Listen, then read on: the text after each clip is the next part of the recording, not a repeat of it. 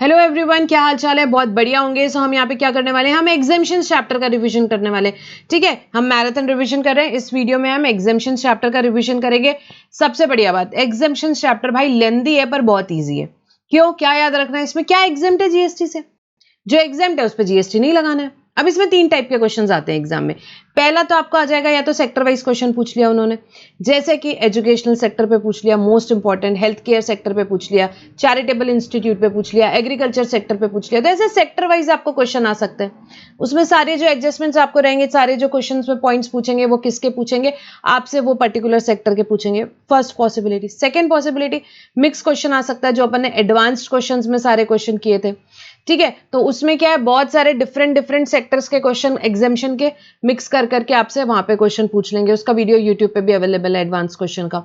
उसके बाद तीसरी पॉसिबिलिटी, जो अपने फुल फ्लेज क्वेश्चन आता है उसमें 2-3 एडजस्टमेंट, 1-2 एडजस्टमेंट एग्जाम्शन चैप्टर के दे दिए। तो किसी भी वे से आपसे क्वेश्चन पूछे, आपको क्या देखना है भाई, क्या वो जो दिया हुआ है वो एग्जाम्ट है जीएसटी से? तो अपने को जीएसटी नहीं लगाना है, अपने को जीएसटी नहीं लगाना है। ठीक है, तो बस इतनी सी बात है। एग्जाम्शन चैप्टर में क्या याद रखना है, क्या एग्जाम्ट है जीएसटी से। अब क्लास में जैसे अपन सारे चैप्टर में अपन ने फॉलो किया था कि अपन क्या पढ़ रहे हैं, एक पर्टिकुलर टॉपिक पढ़ रहे हैं, उसके बाद उसका क्वेश्चन कर रहे हैं। इस तरीके से अपन ने क्लास में कर लिया था। ठीक है, अब यहाँ पे अपन क्या करने वाले हैं, हम यहाँ पे सारी एंट्रीज जो है सेक्टर वाइज जो है वो पढ़ने वाले हैं। ठीक है, क्लास में भी अपन ने ऐसे किया था, सेक्टर वाइज एंट्री पढ़ते गए थे और साथ साथ में क्वेश्चंस उसके करते गए थे। यहाँ पे अपन क्वेश्चन नहीं कर रहे हैं, यहाँ पे अपन क्या करने वाले हैं, अपन एंट्रीज सारी पढ़ने वाले हैं। यहाँ पे सारे सेक्टर्स इंपॉर्टेंट कवर करेंगे। यहाँ पे देखो भाई, ये बात है कि इस चैप्टर में कुछ भी नहीं है, बहुत सिंपल है। याद क्या रखना है आपको कि भाई क्या एग्जाम्ट है जीएसटी से, क्या एग्जाम्ट है जीएसटी से। ठीक है, जो स्टूडेंट्स क्लास में नहीं थे वो क्या कर सकते हैं, क्वेश्चन बैंक अगर प्रैक्टिस करनी है आप डाउनलोड कर सकते हो, टेलीग्राम पे अवेलेबल है। आप टेलीग्राम से डाउनलोड कर सकते हो। टेलीग्राम का लिंक जो है डिस्क्रिप्शन में दिया हुआ है, पहली चीज। दूसरी चीज, ये हम रिविजन जो कर रहे हैं वो किससे कर रहे हैं, समरी बुक से कर रहे हैं। समरी बुक भी टेलीग्राम पे अवेलेबल है, आप वहां से डाउनलोड कर सकते हैं। ठीक है, यहाँ पे ये बात हो गई। अब क्या करेंगे भाई, एग्जाम्शन चैप्टर का डिस्कशन करेंगे। ठीक है, पावर टू ग्रांट एग्जाम्शन कहा दिया हुआ है, सेक्शन 11 ऑफ सीजीएसटी एक्ट में। ठीक है, और आईजीएसटी एक्ट के सेक्शन 6 में दिया हुआ है। एग्जाम्शन नोटिफिकेशन से हो सकता है या स्पेशल ऑर्डर से हो सकता है। नोटिफिकेशन से कब गवर्नमेंट को लगा भाई पब्लिक इंटरेस्ट में जरूरी है, पब्लिक इंटरेस्ट में जरूरी है, तो वो नोटिफिकेशन से एग्जाम कर सकती है। यहाँ पे इधर एब्सोल्युटली या सब्जेक्ट टू सम कंडीशंस, यहाँ पे बिल्कुल वो एग्जाम कर सकते हैं गुड्स या सर्विसेज। गवर्नमेंट को लगता है स्पेशल ऑर्डर से, कब करेंगे वो, पब्लिक इंटरेस्ट में ही करेंगे वो, पर जब उनको लगता है under circumstances of exceptional nature to be stated in order. Exceptional nature के केस में वो क्या कर सकते हैं, एग्जाम कर सकते हैं by special order also, by special order also. अब देखेंगे हम, देखो लीगल सर्विसेज, यहाँ पे आर्बिट्रल ट्रिब्यूनल अगर सर्विसेज दे रहा है किसको, अदर देन बिजनेस एंटिटी को दे रहा है तो एग्जाम्प्ट हो जाएगी। अदर देन बिजनेस एंटिटी को दे रहा है तो एग्जाम्प्ट हो जाएगी। बिजनेस एंटिटी को दे रहा है जिसका aggregate turnover up to specified limit है तो भी एग्जाम्प्ट हो जाएगी। Aggregate turnover of the business entity अगर क्या है, अबव स्पेसिफाइड लिमिट है, अबव स्पेसिफाइड लिमिट है, तो उस केस में टैक्सेबल होगी और टैक्स पे करेगा under RCM. Business entity tax पे करेगी अंडर आरसीएम। या central government, state government, union territory, local authority यहाँ पे लीगल सर्विसेज देगी तो उस केस में एग्जाम्प्ट हो जाएगा, उस केस में एग्जाम्प्ट हो जाएगा। ठीक है, ये लीगल सर्विसेज आर्बिट्रल ट्रिब्यूनल देता है। तो अगर पार्टनरशिप फॉर्म ऑफ एडवोकेट या इंडिविजुअल एडवोकेट देता है अदर देन सीनियर एडवोकेट, उस केस में भी एक ही केस में यहाँ पे टैक्सेबल अंडर आरसीएम होता है, जब वो किसको दे रहे हैं, बिजनेस एंटिटी जिसका aggregate turnover above specified limit है, तभी यहाँ पे क्या होगा, वो टैक्सेबल होगा अंडर आरसीएम। बाकी केसेस में वो एग्जाम्प्ट हो जाएगा, जैसे कि अगर गवर्नमेंट को दे रहे हैं तो अदर देन बिजनेस एंटिटी को दे रहे हैं, या किसी और पार्टनरशिप फॉर्म ऑफ एडवोकेट या एडवोकेट को दे रहे हैं तो एक एडवोकेट दूसरे एडवोकेट को दे रहा है, या एक पार्टनरशिप फॉर्म ऑफ एडवोकेट दूसरी पार्टनरशिप फॉर्म ऑफ एडवोकेट को सर्विसेज दे रही है तो एग्जाम्प्ट हो जाएंगे। उसके बाद सीनियर एडवोकेट अगर सर्विसेज दे रहे हैं तो इतना पोर्शन तो सेम है। इसमें खाली बात यही आती है कि अगर सीनियर एडवोकेट किसी एडवोकेट या पार्टनरशिप फर्म ऑफ एडवोकेट को लीगल सर्विसेज दे रहे हैं तो वो टैक्सेबल होता है, but firm definitely exemption claim कर सकती है up to what 20 lakh, 10 lakh, 20 lakh. उसके बाद में पैसेंजर ट्रांसपोर्ट सर्विस पे आएंगे। पैसेंजर ट्रांसपोर्ट सर्विस में अगर आपकी फ्लाइट क्या हो रही है, एम्बार्क हो रही है या टर्मिनेट हो रही है, या तो एम्बार्क हो रही है या टर्मिनेट हो रही है, कहां से, ये सारे एयरपोर्ट से आपकी यहाँ पे मैन डैश बीटीएस एयरपोर्ट जो थे हमारे, ठीक है, where man stands for M3 Manipur, Meghalaya, Mizoram, Arunachal Pradesh, Nagaland, then Bagdogra, then Tripura and then Sikkim.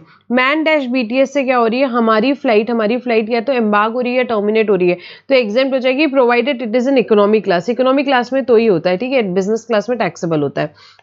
Any other case it is taxable.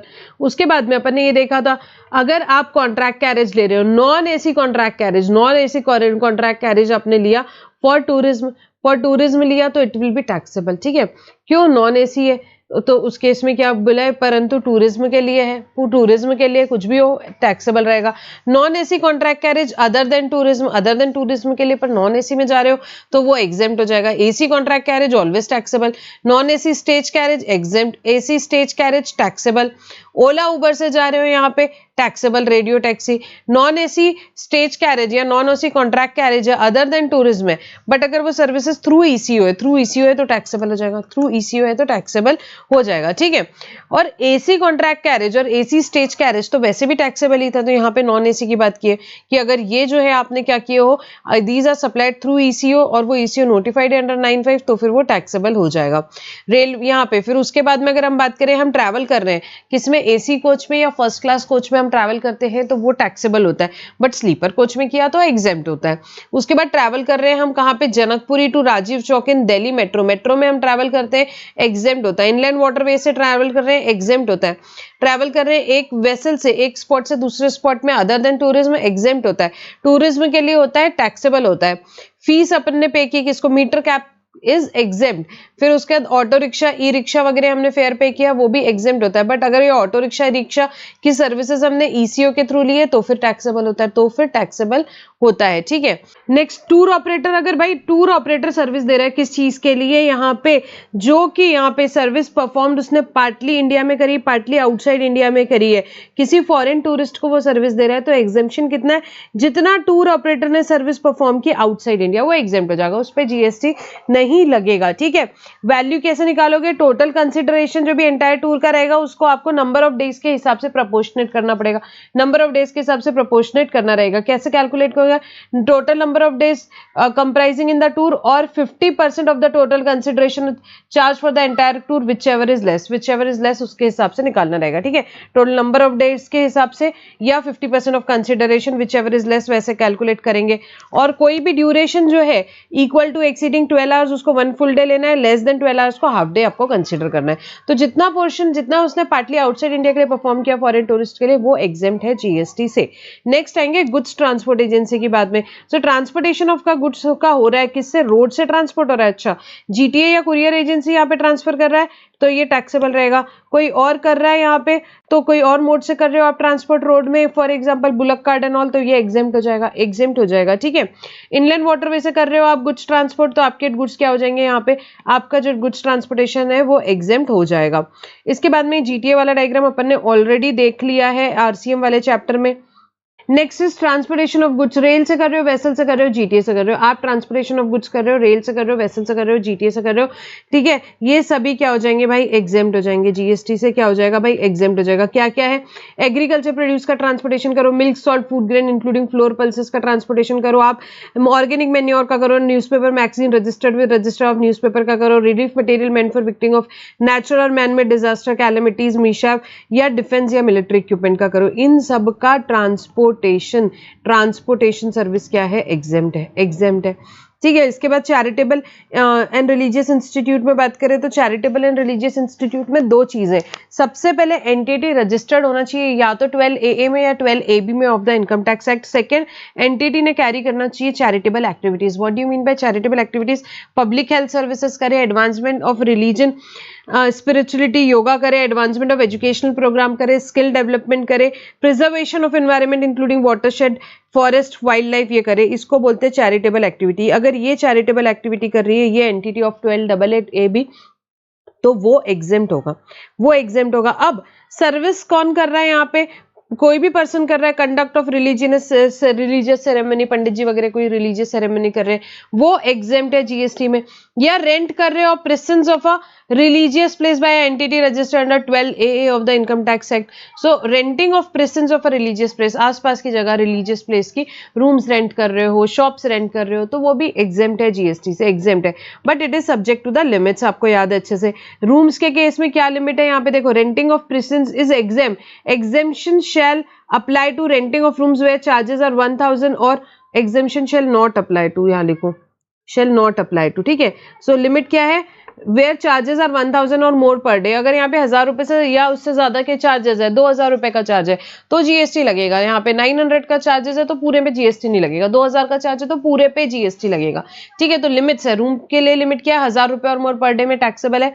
Premises जो हॉल्स वगैरह होते हैं यहाँ पे, तो उस केस में, ठीक है, यहाँ पे रिलीजियस प्लेस में हॉल्स वगैरह होते हैं, वो उसका चार्ज क्या है, 10,000 या उससे ज्यादा पर डे का है तो भी वो भी टैक्सेबल हो जाएगा। और रेंटिंग ऑफ शॉप्स है, अगर शॉप को अपने रेंट पे दिया हुआ है, ठीक है, फॉर बिजनेस और कॉमर्स, तो वहां पे चार्जेस है 10,000 और मोर पर मंथ। ये क्या है, शॉप्स का पर मंथ का लिमिट दिया हुआ है। अगर 10,000 या उससे ज्यादा पर मंथ है तो टैक्सेबल हो जाएगा। सो रूम 1000 रुपए या उससे ज्यादा है तो टैक्सेबल हो जाएगा।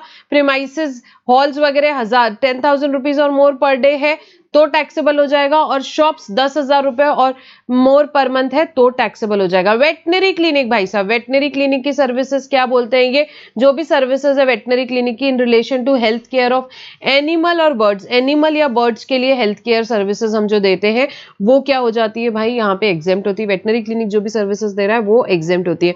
उसके बाद हेल्थ केयर सर्विसेज दे रहा है कोई clinical establishment, authorise medical practitioner या पैरामेडिक्स, ये तीनों में से कोई भी हेल्थ केयर सर्विसेज देता है तो एग्जेम्प्ट हो जाती है। हेल्थ केयर सर्विस का मतलब क्या होता है आपको पता है, डीटीसी, डायग्नोसिस ट्रीटमेंट या केयर, डायग्नोसिस ट्रीटमेंट या केयर किस चीज का, illness injury deformity abnormality pregnancy, double iPad.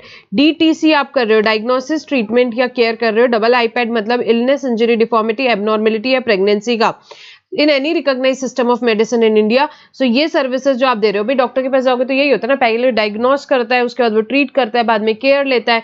तो डीटीसी कर रहा है अगर वो ये सब चीजों की, तो उसे क्या बोलते हैं, हेल्थ केयर सर्विस बोलते हैं। और उसमें क्या आता है, ट्रांसपोर्टेशन ऑफ पेशेंट आ रहा है, to and from clinical establishment, patient को ट्रांसपोर्ट कर रहे हो, to and from clinical establishment वो आ जाता है। बट उसमें क्या नहीं आता, हेयर ट्रांसप्लांट भी नहीं आता, कॉस्मेटिक और प्लास्टिक सर्जरी भी नहीं आता। सो हेल्थ केयर सर्विस में नहीं आता भाई, कॉस्मेटिक सर्जरी भी नहीं आती, हेयर ट्रांसप्लांट भी नहीं आता, मतलब वो टैक्सेबल हो जाएगा, उस पर जीएसटी लगेगा। एक्सेप्ट ये कॉस्मेटिक या प्लास्टिक सर्जरी आपने क्यों कराई, except when undertaken to restore और रिकंस्ट्रक्ट एटोनॉमी और function of body affected due to defects, development abnormalities, injury, trauma, किसी के बर्थ डिफेक्ट्स है, किसी इंजरी से यहाँ के लिए किसी ने करवाई है, तो फिर उस केस में वो हेल्थ केयर सर्विस में आएगा, उस केस में एग्जेम्प्ट हो जाएगा, otherwise not, otherwise not. So what is health care service, diagnosis treatment care of illness, injury, deformity, abnormality, pregnancy plus transportation of disease, जिसमें ट्रांसपोर्टेशन ऑफ पेशेंट यहाँ पे आ जाएगा, ट्रांसपोर्टेशन ऑफ पेशेंट्स यहाँ पे आ जाएगा। और इसमें क्या नहीं आएगा, हेयर ट्रांसप्लांट और कॉस्मेटिक प्लास्टिक सर्जरी नहीं आएगा।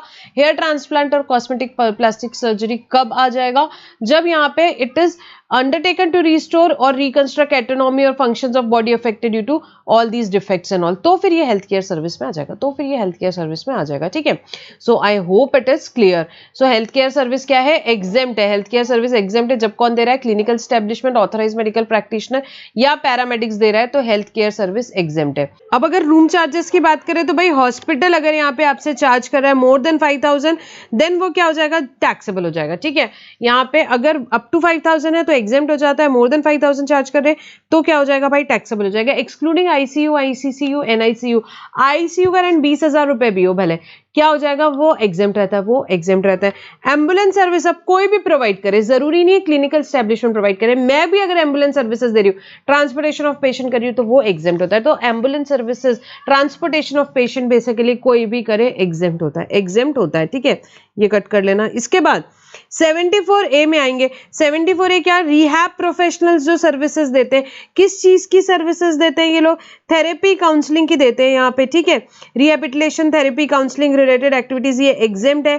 ठीक है, कब कहाँ प्रोवाइड कर रहे हो, अगर मेडिकल एस्टेब्लिशमेंट में, एजुकेशनल इंस्टीट्यूट में, रिहैब सेंटर्स में ये प्रोवाइड कर रहे हैं जो भी सेंट्रल गवर्नमेंट ने यहाँ पे एस्टेब्लिश किए, या एंटिटीज अंडर सेक्शन 12AA यहाँ पे प्रोवाइड कर रहे हो। कौन सी सर्विसेज, RTC की, रिहैबिलिटेशन थेरेपी काउंसलिंग की सर्विसेज आप कहाँ पे दे रहे हो, मेडिकल एस्टेब्लिशमेंट में दे सकते हो, एजुकेशनल इंस्टीट्यूट में दे सकते हो, रिहैब सेंटर्स में दे सकते हो, यहाँ पे entities registered under 12AA of the income tax act में दे सकते हो। ये सभी क्या होती है भाई, एग्जेम्प्ट होती है, एग्जेम्प्ट होती है।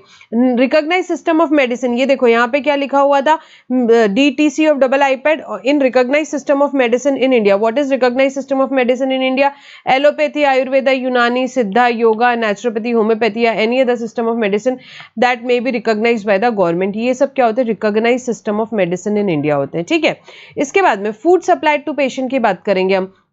सो फूड सप्लाई, पेशेंट अगर एडमिट है और अगर उसे फूड सप्लाई किया है, किसने एडवाइस किया, न्यूट्रिशन डॉक्टर्स ने एडवाइस किया, so that is a part of composite supply, जिसमें प्रिंसिपल सप्लाई क्या है, हमारी हेल्थ केयर सर्विस है। Since health care is exempt, ये एंसिलरी सप्लाई भी एग्जेम्प्ट हो जाएगी। बट आपका पेशेंट एडमिट ही नहीं है, पेशेंट एडमिट ही नहीं है, ऐसे ही गया तो दिखाने के लिए कैंटीन में कुछ खा लिया, तो फिर भाई साहब टैक्सेबल, तो फिर टैक्सेबल, ठीक है। और बाकी का जो स्टाफ, डॉक्टर, विजिटर्स है जो है वो अगर कुछ भी खाते पीते हैं यहाँ पे हॉस्पिटल के कैंटीन में, तो फिर वो भी टैक्सेबल होगा, वो भी टैक्सेबल होगा। नेक्स्ट एजुकेशनल इंस्टीट्यूट में आएंगे भाई। एजुकेशनल इंस्टीट्यूट में क्या क्या आता है, देखो pre school, higher secondary school आता है, education as a part of curriculum for obtaining recognised qualification by law आता है, और education as a part of approved vocational courses आता है। अप्रूव्ड वोकेशनल कोर्सेज मतलब वो NCVT, SCVT के कोर्सेज, ठीक है। सो अब ये तीनों केसेस में, चाहे आप pre school, higher secondary school वाले हो, या कैरिकुलम रिकॉग्नाइज्ड बाय लॉ हो, या आप क्या हो, अप्रूव वोकेशनल कोर्सेज प्रोवाइड करो, ये तीनों केसेस में क्या एग्जेम्प्ट इनपुट सर्विस रहेगी और क्या एग्जेम्प्ट आउटपुट सर्विस रहेगी। तो ये जो भी ये तीनों एजुकेशनल इंस्टीट्यूट है, ये जो आउटपुट सर्विस देते हैं, इसमें क्या एग्जेम्प्ट है, जो भी सर्विसेज ये दे रहे हैं अपने SFS को। What is means by SFS, student faculty staff, जो भी सर्विसेज ये अपने को दे रहे, कोई भी सर्विस दे सकता है, अपने स्टूडेंट को, अपने फैकल्टी को, अपने स्टाफ को जो सर्विस देनी हो दो, जो सर्विस देनी हो दो, उनसे जो भी तुम पैसा लोगे, कुछ GST नहीं लगेगा, कुछ GST नहीं लगेगा।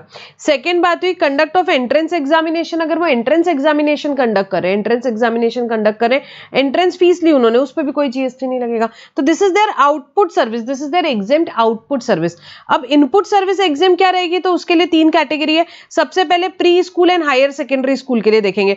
प्री स्कूल और हायर सेकेंडरी स्कूल अगर आप हो, तो ये 4 सर्विसेज अगर आप इनपुट में लेते हो तो ही एग्जेम्प्ट है। कौन सी 4 सर्विसेज, कई आपको करके दे रहा है ट्रांसपोर्टेशन, किसका, आपका SFS का, स्टूडेंट फैकल्टी स्टाफ का, कोई भी जनरल ट्रांसपोर्टेशन करके दे रहा है, ट्रांसपोर्टेशन का आपको जो बिल आया उस पे आपको GST नहीं लगेगा, दैट इज एग्जेम्प्ट।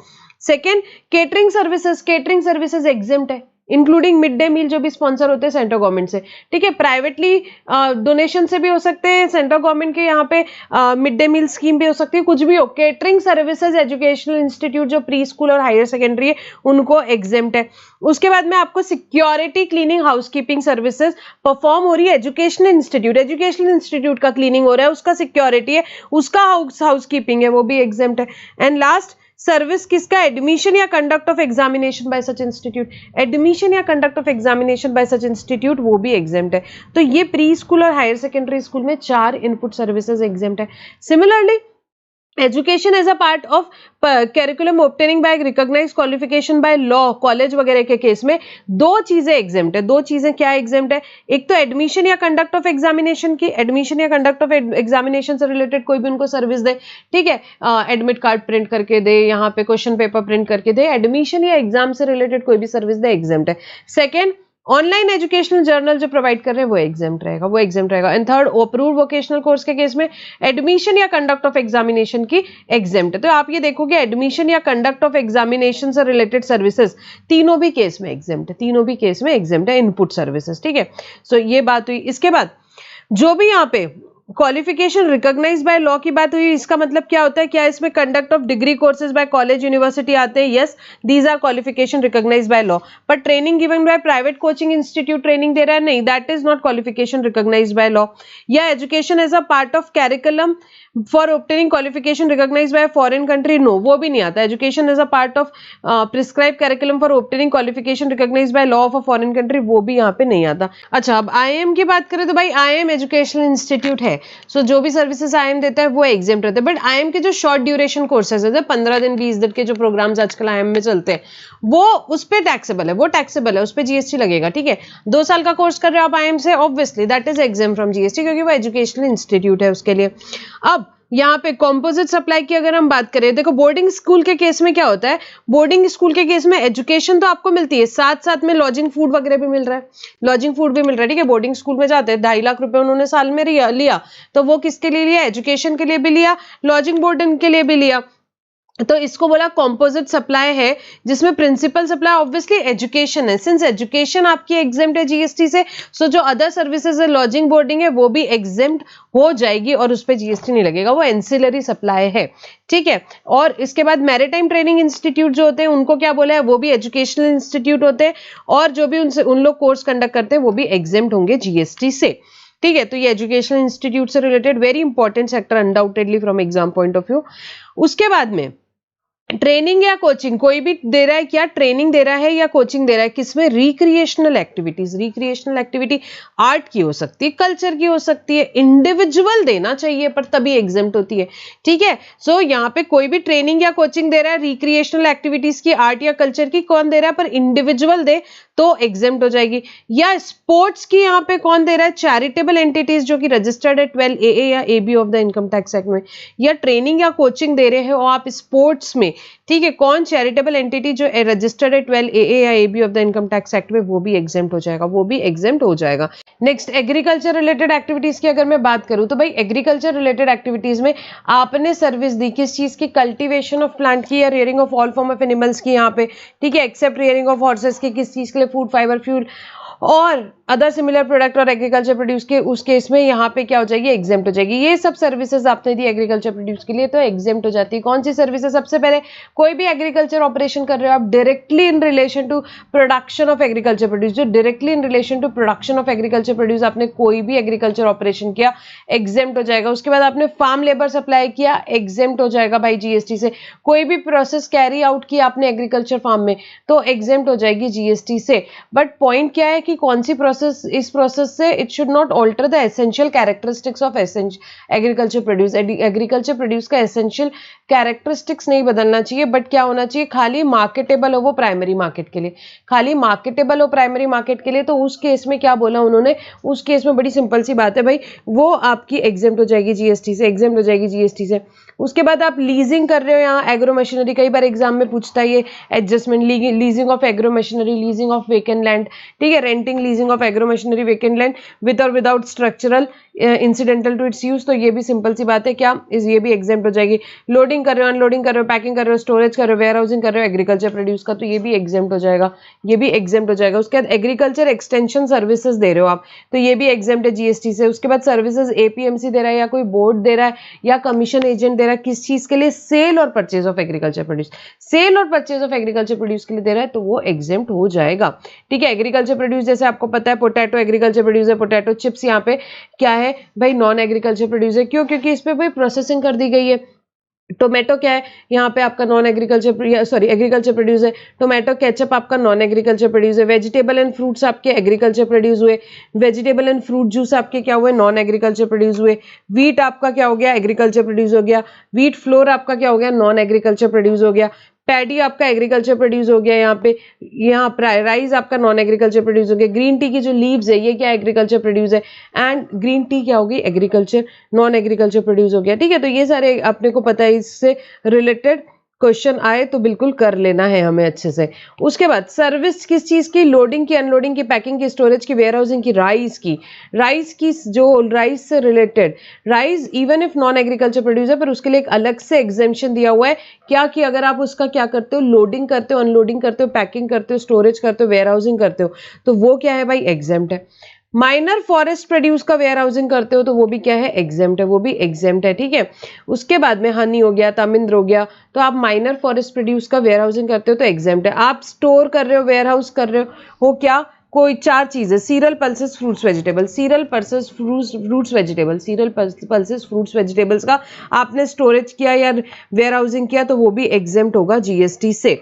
उसके बाद artificial insemination of life stock other than horses, ये भी एग्जेम्प्ट है। फिर आप क्या कर रहे हो, प्री कंडीशन कर रहे हो, प्री कूलिंग कर रहे हो, राइपनिंग कर रहे हो, वैक्सिंग कर रहे हो, रिटेल पैकिंग कर रहे हो, लेबरिंग कर रहे हो, किस चीज का, फ्रूट्स या वेजिटेबल का, जिससे उसका ऑल्टर नहीं होता है एसेंशियल कैरेक्टरिस्टिक्स, तो वो भी क्या है भाई, वो सर्विसेज भी एग्जेम्प्ट होगी, वो सर्विसेज भी एग्जेम्प्ट होगी। ठीक है, तो pre conditioning, pre cooling, ripening, waxing, retail packing, labelling of fruits and vegetable which do not alter और change the essential characteristics of the fruits and vegetables, तो वो भी क्या हो गई भाई, एग्जेम्प्ट होती है जीएसटी से। ठीक है, तो ये सारी चीजें क्या थी, एग्जेम्पशन से रिलेटेड हमने ये agriculture sector and related services देखा। अब कोई अनइनकॉर्पोरेटेड बॉडी या नॉन प्रॉफिट एंटिटी है, उन्होंने क्या किया, अपने ही मेंबर को सर्विस दी, अपने ही मेंबर को सर्विस दी बाय रिएम्बर्समेंट ऑफ चार्जेस या शेयर ऑफ कंट्रीब्यूशन ऑफ, बोलो कैसे, एज अ ट्रेड यूनियन दी तो एग्जेम्प्ट होगी। ट्रेड यूनियन अपने मेंबर्स को यहाँ पे कोई सर्विसेज देगा, एग्जेम्प्ट होती है जीएसटी से। या for provision for carrying out any activity which is exempt from levy of GST, कोई ऐसी एक्टिविटी कर रहे हैं जो एक्चुअली जीएसटी से ही एग्जेम्प्ट है तो वो भी एग्जेम्प्ट हो जाएगी। या एक amount up to what 7,500 per month पर मेंबर, क्या हुआ, 7,500 रुपीज पर मंथ पर मेंबर ले रहे, किस चीज के लिए, फॉर सोर्सिंग ऑफ गुड्स और services from a third person for common use of its members in housing society. मतलब कि जैसे कि मेंटेनेंस लिया, 10,000 रुपए का मेंटेनेंस लिया फ्लैट का, ठीक है, तो पर फ्लैट आपने 10,000 रुपए का मेंटेनेंस लिया तो वो टैक्सेबल हो जाएगा, वो टैक्सेबल हो जाएगा। 6,000 का मेंटेनेंस लोगे तो एग्जेम्प्ट हो जाएगा। ठीक है, क्यों लिया आपने वो मेंटेनेंस, आप सोर्स कर रहे हो यहाँ पे गुड्स या services from a third person, मतलब कि आपने मेंटेनेंस लिया, फिर आप क्या कर रहे हो, सिक्योरिटी और बाकी सारी एम्यूनिटी से रिलेटेड वर्क कर रहे हो, तो आप क्या कर रहे हो, थर्ड पर्सन को वहां पे पैसे दे रहे हो, तो उस केस में इतना अमाउंट एग्जेम्प्ट हो जाएगा। 7,500 पर मेंबर यहाँ पे क्या दिया हुआ है, लिमिट दिया हुआ है। उसके बाद अनइनकॉर्पोरेट बॉडी या कोई नॉन प्रॉफिट एंटिटी है, कोई भी एसोसिएशन है, वो क्या कर रहा है यहाँ पे, वो ये सारी चीजें कर रहा है भाई यहाँ पे, activities relating to welfare of industrial और एग्रीकल्चर लेबर और फार्मर। वेलफेयर, कोई भी एक्टिविटी कर रहा है जिससे वेलफेयर हो रहा है इंडस्ट्रियल या एग्रीकल्चर लेबर का या फार्मर का। या प्रमोशन कर रहा है वो ट्रेड का, कॉमर्स का, इंडस्ट्री का, एग्रीकल्चर का, आर्ट का, साइंस का, लिटरेचर का, कल्चर का, स्पोर्ट्स का, एजुकेशन का, सोशल वेलफेयर, चैरिटेबल एक्टिविटीज, ये सब चीजें कर रहा है अपने मेंबर्स के लिए। और उससे मेंबरशिप फीस कितनी ले रहा है, 1,000 रुपए पर मेंबर पर ईयर, 1,000 रुपए मेंबर पर ईयर तक की फीस अगर है तो वो एग्जेम्प्ट है जीएसटी से, एग्जेम्प्ट है जीएसटी से। ठीक है, रेंटिंग ऑफ रेसिडेंशियल ड्वेलिंग के लिए अपन अभी डायग्राम देखते हैं। ठीक है, अभी देख ही लेते हैं। देखो, रेंटिंग ऑफ रेसिडेंशियल ड्वेलिंग, अगर यहाँ पे कौन कर रहा है, अनरजिस्टर्ड पर्सन दे या रजिस्टर्ड पर्सन दे, किसको दे रहा है भाई यहाँ पे, अगर वो अनरजिस्टर्ड पर्सन को दे रहा है, टू अनरजिस्टर्ड पर्सन है, then it is always exempt. Renting of residential dwelling to unregistered person आप दे रहे हो तो वो एग्जेम्प्ट ही होगी। और अगर यहाँ पे फॉर यूज एज रेसिडेंस दे रहे हो, फॉर यूज एज रेसिडेंस दे रहे हो, रजिस्टर्ड पर्सन को दे रहे हो, रजिस्टर्ड पर्सन को दे रहे हो, बट वो अदर देन प्रोपराइटर है, कोई कंपनी वगैरह को दे रहे हो, तो फिर वो टैक्सेबल हो जाएगी। और tax registered person under RCM पे करेगा, tax registered person under RCM पे करेगा। बट अगर कमर्शियल यूज के लिए दे रहे हो, रेसिडेंशियल ड्वेलिंग कमर्शियल यूज के लिए दे रहे हो, और अगर किसको दे रहे हो, रजिस्टर्ड पर्सन को दो चाहे अनरजिस्टर्ड पर्सन को दो, वो टैक्सेबल होगी भाई, वो टैक्सेबल होगी। ठीक है, अब ये रेंटिंग ऑफ रेसिडेंशियल ड्वेलिंग में एक पॉइंट आया, यहाँ पे मेंशन नहीं किया हुआ है बट देखते हैं हम। सो रेंटिंग ऑफ रेसिडेंशियल ड्वेलिंग में एक बात है कि जो अकोमोडेशन सर्विसेज स्टूडेंट्स के लिए, या जो स्टूडेंट रेसिडेंस, जो स्टूडेंट्स रहते हैं स्टूडेंट रेसिडेंसेज में, या अकोमोडेशन सर्विसेज जो होटल, कैंप, पीजी वगैरह दे रहे हैं, तो उसको ये एंट्री 12 नहीं अप्लाई होती। क्यों? क्योंकि उसके लिए एंट्री नंबर 12A आई। एंट्री नंबर 12A क्या बोलती है, 12A बोलती है भाई एग्जेम्पशन रहेगा किसको, अगर आप अकोमोडेशन सर्विसेज दे रहे हो जिसमें value of supply less then और इक्वल टू 20,000 पर पर्सन पर मंथ है। कितनी है वैल्यू ऑफ सप्लाई, यहाँ पे अकोमोडेशन सर्विस की value of supply less then और इक्वल टू 20,000 पर मंथ पर पर्सन है, provided accommodation service is supplied for a minimum continuous period of 90 days. Minimum 90 days के लिए अगर वो दिए जा रही है तो फिर वो एग्जेम्प्ट हो जाएगी। ठीक है, तो बात क्या है यहाँ पे, अगर value of supply less than equal to 20,000 है और minimum continuous period of 90 days है तो वो अकोमोडेशन क्या हो जाएगा, एग्जेम्प्ट हो जाएगा जीएसटी से। ठीक है, तो ये बात हुई। उसके बाद में आर्ट रिलेटेड एक्टिविटी, ये बात हुई है, आर्टिस्ट परफॉर्म कर रहा है किसमें, फ्लोक या क्लासिकल आर्ट फॉर्म में। फोक या क्लासिकल आर्ट फॉर्म में MDT, what is MDT? Music dance theatre, music dance theatre perform कर रहा है, वो केशरी महाराज वाला एग्जांपल अपन ने देखा था। अगर consideration for such performances not more than 1,50,000 then it is exempt from GST। अगर कंसिडरेशन कितना नहीं है, कंसिडरेशन 1.5 लाख से ज्यादा नहीं है, कंसिडरेशन 1.5 लाख से ज्यादा नहीं है तो एग्जेम्प्ट है GST से, ठीक है। तो अगर कंसिडरेशन आपको दिया हुआ है यहाँ पे कितना 1,40,000 रुपए तो एग्जेम्प्ट हो जाएगा, 1,60,000 रुपए तो फिर पूरा का पूरा टैक्सेबल हो जाएगा। बट अगर अदर आर्ट फॉर्म में जैसे कि वेस्टर्न म्यूजिक, बॉलीवुड, ये सब कुछ दिया हुआ है तो फिर भाई वो टैक्सेबल होता है, वो टैक्सेबल होता है। सिमिलरली यहाँ पे artist, similar activities of artist in still art form like painting, sculpture, वो भी टैक्सेबल होता है। और ये एग्जेम्पशन जो है 1.5 लाख तक का, ये किसको अप्लाई नहीं होता? अगर यहाँ पे artist as a brand ambassador कर रहा है, एज अ ब्रांड एम्बेसडर, भले क्लासिकल और फोक आर्ट में कर, पर वो किस में कर रहा है? अगर उन्होंने एज अ ब्रांड एम्बेसडर किया तो फिर भाई टैक्सेबल होगा, एग्जेम्पशन नहीं लगेगा। तो एग्जेम्पशन सिंपल कब है? फोक और क्लासिकल आर्ट फॉर्म में आप म्यूजिक, डांस या थिएटर करो, कंसिडरेशन 1.5 लाख से ज्यादा नहीं है तो उस केस में एग्जेम्पशन हो जाएगा और यहाँ पे एग्जेम्पशन ब्रांड एम्बेसडर को नहीं मिलेगा। उसके बाद services provided by recognised sport body. आप कौन हो? रिकॉग्नाइज्ड स्पोर्ट बॉडी हो। कौन हो आप? रिकॉग्नाइज्ड स्पोर्ट बॉडी हो। तो अगर आपने सर्विस दी है as an individual, as an individual क्या हो आप? या तो प्लेयर हो, रेफरी हो, यहाँ पे अंपायर हो, कोच हो या टीम मैनेजर हो, ठीक है। आप क्या हो? प्लेयर हो, रेफरी हो, अंपायर हो, कोच हो या टीम मैनेजर हो। सिर्फ ये 5 हो, सिर्फ ये 5 हो तो इस केस में क्या होता है? ये एग्जेम्प्ट होती है। तो इंडिविजुअल जब भी यहाँ पे कैसे कर रहा है? यहाँ पे इंडिविजुअल कभी भी, जैसे अगर वो रेफरी हो, टीम मैनेजर हो, कोच हो, यहाँ पे एम्पायर हो या प्लेयर हो, आरटीसी यूपी है तो ही एग्जेम्प्ट है, तो ही एग्जेम्प्ट है। अगर कोई और है जैसे कि सिलेक्टर्स है, कमेंटेटर्स है, क्यूरेटर्स है, एक्सपर्ट्स है, इनकी सर्विसेज टैक्सेबल है भाई, इनकी सर्विसेज टैक्सेबल है। और सेकेंड बात, सर्विस अगर प्लेयर कोई फ्रेंचाइजी को दे रहा है जो कि रिकॉग्नाइज स्पोर्ट्स बॉडी नहीं है तो भी टैक्सेबल है, तो भी टैक्सेबल है। So what is exempt? RTC UP अगर सर्विस दे रहा है रिकॉग्नाइज स्पोर्ट्स बॉडी को तो एग्जेम्प्ट है, फर्स्ट। सेकंड, अगर कोई एक रिकॉग्नाइज स्पोर्ट्स बॉडी दूसरी रिकॉग्नाइज स्पोर्ट्स बॉडी को सर्विसेज दे रही है तो एग्जेम्प्ट है, तो एग्जेम्प्ट है। फिर उसके बाद स्पॉन्सरशिप और स्पोर्टिंग इवेंट, ये सारे लोग अगर स्पॉन्सरशिप कर रहे हैं स्पोर्ट्स इवेंट के तो वो एग्जेम्प्ट है।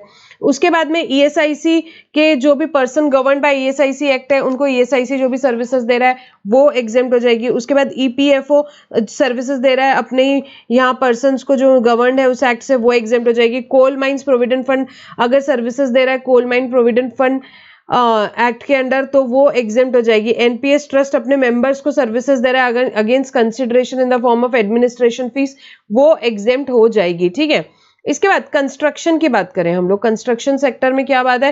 प्योर लेबर सर्विसेज है, प्योर लेबर सर्विसेज है। कंस्ट्रक्शन की, इरेक्शन की, कोई भी चीज से रिलेटेड हो सकती है यहाँ पे, पर किस चीज के लिए होना चाहिए? ये यहाँ पे रिपेयर, मेंटेनेंस, रिनोवेशन, ऑल्टरेशन कुछ भी हो सकता है, सिविल स्ट्रक्चर और अदर ओरिजिनल वर्क से रिलेटेड होना चाहिए तो उस केस में एग्जेम्प्ट हो जाएगी। किस चीज के लिए है ये?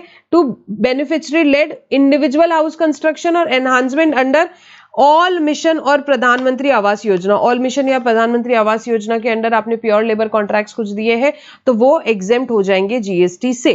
उसके बाद इलेक्ट्रिसिटी का, यहाँ पे कोई कौन सप्लाई कर रहा है? इलेक्ट्रिसिटी डिस्ट्रीब्यूशन यूटिलिटी सप्लाई कर रही है। Construction, erection, commissioning, installation of infrastructure किस चीज के लिए एक्सटेंड कर रहे हैं? वो इलेक्ट्रिसिटी डिस्ट्रीब्यूशन का network up to tube well of farmer और एग्रीकल्चरलिस्ट फॉर एग्रीकल्चर यूज, तो वो भी एग्जेम्प्ट हो जाएगा GST से। फिर क्या कर रहे हो आप? प्योर लेबर कॉन्ट्रैक्ट कर रहे हो, प्योर लेबर कॉन्ट्रैक्ट कर रहे हो pertaining to single residential unit. Single residential unit का होना चाहिए, प्योर लेबर कॉन्ट्रैक्ट होना चाहिए। Otherwise then as a part of residential complex, तो वो भी क्या बोला इन्होंने भाई? एग्जेम्प्ट हो जाएगा। क्या कर रहे हो आप? प्योर लेबर कॉन्ट्रैक्ट कर रहे हो तो उस केस में किस चीज से रिलेटेड कर रहे हो? सिंगल रेसिडेंशियल यूनिट से रिलेटेड कर रहे हो तो वो भी क्या हो जाएगा भाई? एग्जेम्प्ट हो जाएगा GST से, एग्जेम्प्ट हो जाएगा GST से। उसके बाद लीजिंग सर्विस में आए तो लीजिंग सर्विस में बहुत सिंपल बातें हैं। देखो, अगर आप कौन हो? आप state government industrial development corporation हो या अंडरटेकिंग और एंटिटी हो हैविंग 20% और more ownership of central government, state government, union territory, ठीक है। और आपने सर्विस दी है किसी इंडस्ट्रियल यूनिट को या development of industrial financial business area आपने किया है, उन्होंने आपको जो भी अपफ्रंट अमाउंट दिया है, चाहे उसको सलामी बोले, चाहे यहाँ पे डेवलपमेंट चार्जेस बोले, कुछ भी बोले, उसको वो क्या है? एग्जेम्प्ट हो जाएंगे GST से। प्रोवाइडेड, ये जो सर्विस दे रहे हो ये किससे रिलेटेड है, देखो grant of long term lease of 30 years और मोर, ये क्या दे रहे हैं, ये लीज दे रहे हैं इनको 30 इयर्स और मोर। सर्विस किस चीज के, लीज की सर्विस है 30 इयर्स और मोर की, इंडस्ट्रियल प्लॉट वगैरह की, और उसके अगेंस्ट इन्होंने अपफ्रंट अमाउंट दिया है तो वो एग्जेम्प्ट हो जाएगा, वो अपफ्रंट अमाउंट एग्जेम्प्ट हो जाएगा जीएसटी से। शर्त क्या है कि वो लीज प्लॉट को यूज किस चीज के लिए करना है, जिस चीज के लिए वो अलॉट हुआ है, और अगर कोई भी वायलेशन या सब्सिक्वेंट चेंज होता है लैंड यूज का तो फिर ओरिजिनल लेसर लेसी और सब्सिक्वेंट लेसर लेसी दोनों भी भाई जॉइंटली एंड सेवरली लायबल होंगे, दोनों भी जॉइंटली एंड सेवरली लायबल होंगे। जो ये अपफ्रंट अमाउंट है जो कि डिटरमाइन कर लिया गया, अपफ्रंट पर अगर इंस्टॉलमेंट में दिया तो उससे कोई फर्क नहीं पड़ता, जीएसटी एग्जेम्प्ट रहेगा, चाहे वो एक या एक से ज्यादा इंस्टॉलमेंट में आए उससे कोई फर्क नहीं पड़ता। बस बात क्या है, अमाउंट डिटरमाइन अपफ्रंट हो जाना चाहिए, अमाउंट डिटरमाइन अपफ्रंट हो जाना चाहिए। पीएलसी या लोकेशन चार्जेस अगर जो भी है in addition to lease premium, वो भी क्या है भाई, वो भी एग्जेम्प्ट रहेंगे, वो भी एग्जेम्प्ट रहेंगे, ठीक है। उसके बाद TDR FSI long term lease, यहाँ पे लैंड ओनर जो डेवलपर को दे रहा है वो एग्जेम्प्ट रहते हैं। कंडीशन क्या है, जो भी कंस्ट्रक्शन फ्लैट है, कंस्ट्रक्टेड फ्लैट है वो बिक जाना चाहिए before issuance of completion certificate और उस पर टैक्स पे हो जाना चाहिए, before issuance of completion certificate और उस पर टैक्स पे हो जाना चाहिए, तो फिर वो एग्जेम्पशन रहेगा। बट वो एग्जेम्पशन कब विड्रॉ कर लिया जाएगा, ये एग्जेम्पशन तभी विड्रॉ किया जाएगा in case flat sold after completion certificate, अगर फ्लैट्स कंप्लीशन सर्टिफिकेट के बाद बेचा तो फिर वो एग्जेम्पशन विड्रॉ कर लिया जाएगा। बट वो विड्रॉल कितना रहेगा, limited to 1% in case of affordable housing and 5% in other cases. अच्छा, अगर इसमें जब एग्जेम्पशन विड्रॉ हो जाता है और टैक्स पे करना होता है तो टैक्स कौन पे करता है, promoter under RCM, promoter under RCM, ठीक है। So TDR FSI long term lease, यहाँ पे क्या बात है, वो एग्जेम्प्ट रहती है। शर्त उसमें ये रहती है कि पूरे के पूरे फ्लैट बिक जाने चाहिए बिफोर कंप्लीशन सर्टिफिकेट और उस पर टैक्स पे हो जाना चाहिए। बट अगर आपके फ्लैट्स नहीं बिके तो उस केस में क्या होगा, एग्जेम्पशन विड्रॉ हो जाएगा, उसके बाद टैक्स पे करना पड़ेगा। टैक्स कौन पे करेगा, प्रमोटर पे करेगा अंडर आरसीएम, अंडर आरसीएम, ठीक है। और वो विड्रॉल कितना रहेगा, 1% अफोर्डेबल हाउसिंग के केस में पे कर दो और 5% आप अदर देन अफोर्डेबल हाउसिंग के केस में पे कर दो, ठीक है। अब गवर्नमेंट सेक्टर देखते हैं, इसका एक बहुत बढ़िया चार्ट भी है, वो भी देखेंगे हम अभी।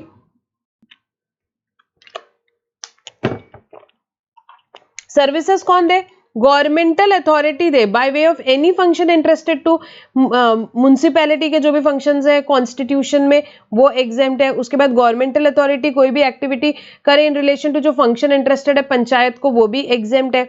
उसके बाद जो भी गवर्नमेंट सर्विसेज दे वो एग्जेम्प्ट है एक्सेप्ट द फॉलोइंग, ये देखो एबीसी तो अपन ने अभी पढ़ी थी आरसीएम के चैप्टर में, याद है क्या, ये टैक्सेबल होगी। Service by department of post, ministry of railway, service in relation to aircraft और वेसल इनसाइड और outside the presence of the port और एयरपोर्ट, या ट्रांसपोर्टेशन ऑफ गुड्स और पैसेंजर्स, ये तीनों क्या होगी भाई, ये तीनों टैक्सेबल होगी। हमने देखा था ये फॉरवर्ड चार्ज में टैक्सेबल होती है, ये फॉरवर्ड चार्ज में टैक्सेबल होती है क्योंकि यहां से एक्सक्लूड किया हुआ है। Any services other than service covered in A to C provided to business entity, अगर कोई भी और दूसरी सर्विस है जो बिजनेस एंटिटी को प्रोवाइड की हुई है, जो बिजनेस एंटिटी को प्रोवाइड की हुई है, सो उसको भी यहां से एक्सक्लूड किया हुआ है, वो भी टैक्सेबल होगी। बट वो क्या है, वो यहाँ पे हमने पढ़ा था अगर बिजनेस एंटिटी को गवर्नमेंट कोई सर्विसेज प्रोवाइड करती है तो वो टैक्सेबल किसमें होती है, वो आरसीएम पे टैक्सेबल होती है, वो आरसीएम पे टैक्सेबल होती है। सो एबीसी एफसीएम में टैक्सेबल होगी। लास्ट पॉइंट, जो बिजनेस एंटिटी को अगर गवर्नमेंट कोई भी सर्विस देती है तो वो आरसीएम में होगी, ठीक है। सब्जेक्ट टू अगर नीचे कोई एग्जेम्पशन है तो वो भी लगेंगे। उसके बाद एक और एग्जेम्पशन आया, next, service provided by central government, state government, union territory, local authority to business entity with such amount in the preceding financial year as it makes its eligible from registration. Government किसको service दे रही है, ऐसी business entity को जिसका aggregate turnover is up to threshold limit, तो वो भी एग्जेम्प्ट हो जाएगा। अगेन एबीसी को ये अप्लाई नहीं होगा, एबीसी हमेशा टैक्सेबल अंडर फॉरवर्ड चार्ज है। रेंटिंग ऑफ इमूवेबल प्रॉपर्टी को भी ये पॉइंट अप्लाई नहीं होगा। रेंटिंग ऑफ इमूवेबल प्रॉपर्टी अपन ने देखा था रजिस्टर्ड पर्सन को देते हैं तो किस चीज में जाती है, वो रिवर्स चार्ज में जाता है। उसके बाद गवर्नमेंट ने सर्विस किसको दी, गवर्नमेंट को, central government, state government, union territory, local authority ने central government, state government, union territory, local authority को दी। गवर्नमेंट ने गवर्नमेंट को सर्विस दी तो एग्जाम, भैया गवर्नमेंट से तो ना टैक्स लेगी। Nothing contain in this entry shall apply to ABC of 6 above, ABC of 6 above को ये अप्लाई नहीं होता। उसके बाद में गवर्नमेंट ने, central government, state government, union territory, local authority ने यहाँ पे सर्विसेज दी जहां पे consideration for such service does not exceed 5000 और कंसिडरेशन 5000 से ज्यादा नहीं है, कंसिडरेशन 5000 से ज्यादा नहीं है तो फिर उस केस में एग्जेम्प्ट हो जाएगा, ठीक है। छोटी मोटी सर्विस दी 1000 2000 3000 एग्जेम्प्ट हो जाएगा। Nothing contain in will apply to A B C, A B C तो हमेशा ही टैक्सेबल है अंडर फॉरवर्ड चार्ज, ठीक है। और कंटिन्यूस सप्लाई ऑफ सर्विस के केस में क्या देखेंगे, ये जो 5000 की लिमिट है ये पूरे साल की देखेंगे, it should not exceed 5000 in a financial year, ठीक है। उसके बाद गवर्नमेंट ने यहाँ पे सर्विस दी, ठीक है, सप्लाई ऑफ सर्विस किसने, गवर्नमेंट एंटिटी ने किसको दी, central government, state government, union territory, local authority को, या जो भी पर्सन स्पेसिफाइड है गवर्नमेंट से। अगेन कंसिडरेशन कहां से मिल रही है, यहाँ पे गवर्नमेंट से मिल रही है इन द फॉर्म ऑफ ग्रांट्स, तो गवर्नमेंट ग्रांट्स जो होती है वो एग्जेम्प्ट होती है जीएसटी से, ठीक है। तो अब ये देखो, ये गवर्नमेंट के अपन ने ये सारे एक इंपॉर्टेंट पॉइंट्स थे, उसके बाद अपन ने कहां पढ़े थे, आरसीएम में पढ़े थे। बड़ी क्विकली एक चार्ट देखेंगे।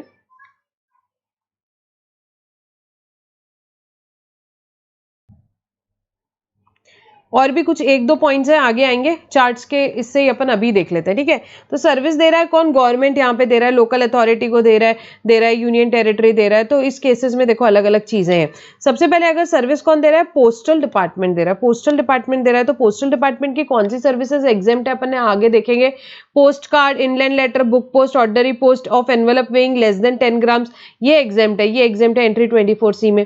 बाकी की सारी सर्विसेज पोस्टल डिपार्टमेंट जो देता है, हमने देखा डिपार्टमेंट ऑफ पोस्ट की टैक्सेबल होती है, and it is always under forward charge, it is always under forward charge. तो ठीक है, ये पोस्टल डिपार्टमेंट की बात हुई। उसके बाद अगर ministry of railway, Indian railways है, सो उनकी कौन कौन सी सर्विसेज एग्जेम्प्ट है, यहाँ पे FSBC एग्जेम्प्ट है। What is FSBC, sale of platform ticket exempt है, facility of retiring room, waiting room exempt है, क्लोक रूम सर्विसेज एग्जेम्प्ट है, battery operated car services exempt है। तो ये चारों चीजें एग्जेम्प्ट है, ये चारों चीजें एग्जेम्प्ट है। और यहाँ पे एक जोन डिवीजन ऑफ रेलवे यहाँ पे सर्विसेज प्रोवाइड कर रहा है दूसरे जोन डिवीजन ऑफ रेलवे को, तो भी वो एग्जेम्प्ट है, तो भी वो एग्जेम्प्ट है, ठीक है। उसके बाद ट्रांसपोर्टेशन ऑफ पैसेंजर हो रहा है किसका, रेलवे का, इन अ स्लीपर क्लास, स्लीपर क्लास में आप ट्रांसपोर्टेशन कर रहे हो तो वो भी एग्जेम्प्ट होता है, वो अपन ने ऑलरेडी देखा। बाकी सारी सर्विसेज जो इंडियन रेलवेज देती है वो टैक्सेबल होगी अंडर फॉरवर्ड चार्ज, वो टैक्सेबल होगी under forward charge, it is taxable and it is taxable under forward charge. फिर service in relation to aircraft और वेसल, एयरक्राफ्ट या वेसल से रिलेटेड अगर सर्विसेज की हम बात करें तो वो क्या होती है, वो टैक्सेबल होती है अंडर फॉरवर्ड चार्ज, वो हमेशा टैक्सेबल होती है अंडर फॉरवर्ड चार्ज, हमने देखा। और ट्रांसपोर्टेशन ऑफ गुड्स और पैसेंजर भी हमेशा फॉरवर्ड चार्ज में टैक्सेबल होती है, सब्जेक्ट टू उसकी जो अलग एग्जेम्पशंस है वो बात अलग है।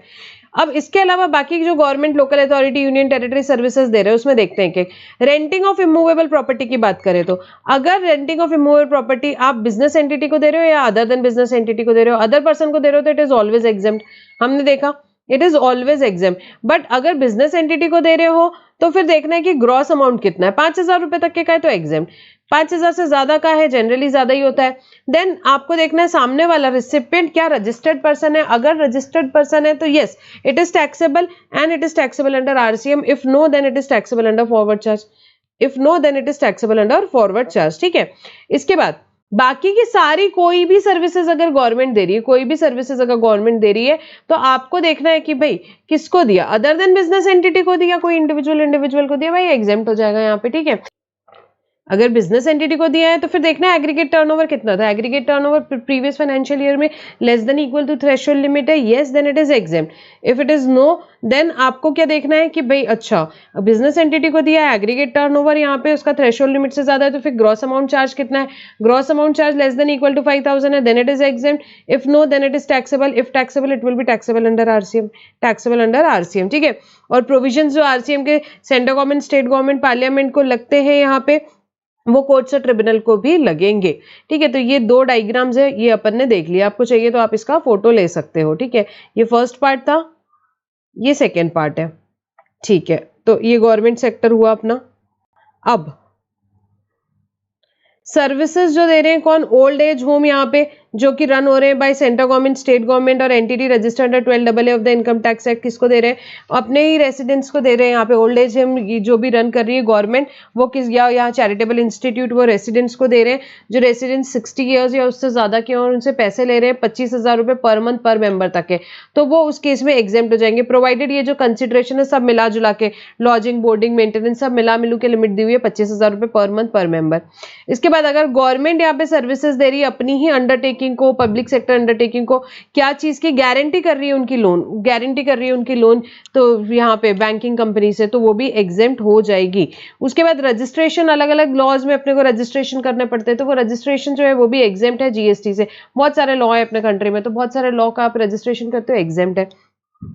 Testing, calibration, safety check, certification, protection और safety of consumers at a public at a large including licence required under any law for the time being in force. आपको यहाँ पे गवर्नमेंट बहुत सारी सर्विसेज देती है, टेस्टिंग से related, calibration, safety check, certification बहुत सारे अलग अलग टाइप के देती है, प्रोटेक्शन या सेफ्टी ऑफ वर्कर्स से related, consumers, public at a large बहुत सारे लाइसेंसेस देती है, वो भी एग्जेम्प्ट हो जाएंगे जीएसटी से। उसके बाद गवर्नमेंट सर्विसेज देती है, बहुत सारे अलग अलग चीजें इशू करती है, पासपोर्ट, वीजा, यहाँ पे driving licence, birth certificate, death certificate, ये सारी सर्विसेज भी एग्जेम्प्ट हो जाएगी जीएसटी से। फिर गवर्नमेंट टॉलरेट कर रही है क्या? Non performance of contract. Government कभी भी टॉलरेट करेगी non performance of a contract जिसका कंसिडरेशन फाइन या लिक्विडेटेड डैमेजेस से मिलेगा, तो उसे भी क्या बोला है भाई, वो भी एग्जेम्प्ट हो जाएगा जीएसटी से। उसके बाद right to use natural resources देती है इंडिविजुअल फार्मर को किस चीज के लिए भाई? कल्टीवेट कर ले प्लांट या रियर कर ले all form of animal except rearing of horse, so वो भी एग्जेम्प्ट है। डिपार्टमेंट ऑफ पोस्ट का अपन ने ऑलरेडी देखा। बैंकिंग फाइनेंशियल सेक्टर में बड़ी इंपॉर्टेंट बात है, एंट्री नंबर 27 क्या बोलती है? Interest on loan deposit advances exempt है जीएसटी से। Interest on loan deposit advances exempt है जीएसटी से, but interest earn through credit card that is taxable. और यहाँ पे इंटरेस्ट से परचेज और सेल ऑफ फॉरेन करेंसी कर रहे हैं, वो भी एग्जेम्प्ट होती है। उसके बाद में यहाँ पे सर्विसेज किस चीज के? एडमिशन टू म्यूजियम मिल रहा है, national park, wild life sanctuary, tiger reserve, जू, ये सब में कहीं भी अपन एडमिशन में जाते हैं मतलब यहाँ पे तो एग्जेम्प्ट होता है। और सर्विस यहाँ पे प्रोटेक्टेड मॉन्यूमेंट्स में जाते हैं, फॉर एग्जांपल ताजमहल, तो वो भी एग्जेम्प्ट होता है। अगर सर्विसेज यहाँ पे अलग जो दूसरी प्रीमाइसेस है, सर्कस एंड ऑल दोस्त जो दिया हुआ था, उसमें क्या है? एग्जेम्पशन कंसिडरेशन लिमिट दी हुई है, 500 रुपए तक के एग्जेम्प्ट है, 500 से ज्यादा है तो टैक्सेबल है, ठीक है। इसके बाद कुछ क्लैरिफिकेशंस थे, ये देखो, ये जो इंटरेस्ट ऑन डिले पेमेंट वाला है, इसका खाली ये चार्ट देखेंगे, इससे आपको समझ जाएगा। Taxability of additional penal interest on delay payment of EMI. आपने क्या किया? आपने गुड्स खरीद लिए, यहाँ पे आपने गुड्स या सर्विसेज ली ईएमआई पे, और आप क्या कर रहे हो? डिले कर रहे हो उसका पेमेंट। तो आपने गुड्स किससे खरीदे? ईएमआई पे खरीदे और पेमेंट डिले कर रहे हो, ठीक है। तो मैंने क्या किया? यहाँ पे विजय सेल से ही मोबाइल खरीदा और अब मैं क्या कर रही हूँ? पेमेंट ही डिले कर रही हूँ उसका। तो पेमेंट डिले कर रही हूँ, तो उस केस में वो क्या हो जाएगा? वो जो इंटरेस्ट रहेगा on delay payment, it will be added in value as per 15(2)D। 15(2)D के हिसाब से वैल्यू में ऐड किया जाएगा। बट मैंने गुड्स परचेज किए किसमें? कैश में, लोन लेकर के, और मैं क्या कर रही हूँ भाई साहब? डिले कर रही हूँ ईएमआई। मतलब कि मैंने मोबाइल तो ले लिया था 40,000 का अलग से, और मैंने बैंक से एक लोन लिया और उसकी ईएमआई में डिले कर रही हूँ, so then it would not be subjected to GST since covered under serial number 27। तो फिर उस केस में ये क्या होगा भाई? ये इंटरेस्ट ऑन ये मैंने सिर्फ ईएमआई डिले करी है, ठीक है। मैंने उनको तो विजय सेल्स वालों को तो 40,000 दे दिए थे, अब मैंने ईएमआई किसी से ली थी बैंक से, उसको डिले कर रही हूँ, तो फिर वो क्या होगी भाई? वो एग्जेम्प्ट होगी। That interest will be exempt, ठीक है। इसके बाद ठीक है, ये अपन ने ऑलरेडी देखा है। अदर एग्जाम सर्विसेज में आएंगे। गवर्नमेंटल अथॉरिटी यहाँ पे सर्विसेज दे रही है, यहाँ पे कौन दे रही? गवर्नमेंटल अथॉरिटी को सर्विस दे रहा है, service provided to governmental authority, ठीक है। कौन सी हो सकती है? वाटर सप्लाई की हो सकती है, पब्लिक हेल्थ की हो सकती है, सैनिटाइजेशन कंजर्वेशन की हो सकती है, सॉलिड वेस्ट मैनेजमेंट की हो सकती है, स्लम इंप्रूवमेंट अपग्रेडेशन की हो सकती है। तो ये सारी सर्विसेज अगर आप गवर्नमेंटल अथॉरिटी को प्रोवाइड करते हो तो एग्जेम्प्ट होती है। उसके बाद यहाँ पे सर्विसेज ट्रांसपोर्टेशन ऑफ गुड्स की एयरक्राफ्ट या वेसल से from custom station of clearance in India to a place outside India exempt होती है। सैटेलाइट लॉन्च सर्विसेज एग्जेम्प्ट है। पब्लिक लाइब्रेरीज की जो सर्विसेज होती है, lending of book, publication, other knowledge enhancing material exempt होती है। ऑर्गेनाइजर कोई सर्विस दे रहा है, बिजनेस एग्जीबिशन जो इंडिया के बाहर हेल्ड हो रहा है उससे रिलेटेड, वो भी एग्जेम्प्ट होती है। Pre conditioning, pre ruling, cooling, ripening, waxing, retail packaging, labelling of fruits and vegetable जिससे उसका एसेंशियल कैरेक्टरिस्टिक्स ऑल्टर नहीं होता, वो एग्जेम्प्ट होती है। Foreign diplomatic mission located in India exempt services दे रहा है, एग्जेम्प्ट है। Services provided service by way of providing information under RTI Act exempt from GST. Services to center government, state government जिसमें कोई ट्रेनिंग प्रोग्राम के अंदर जिसका 75% या उससे ज्यादा खर्चा किसने बियर किया है? गवर्नमेंट ने बियर किया है, तो वो एग्जेम्प्ट होती है। और पब्लिक कन्वीनियंस की जो यहाँ पे सर्विसेज है वो एग्जेम्प्ट होती है, लाइक जैसे provision of facilities of bathroom, washrooms and all those things, ठीक है।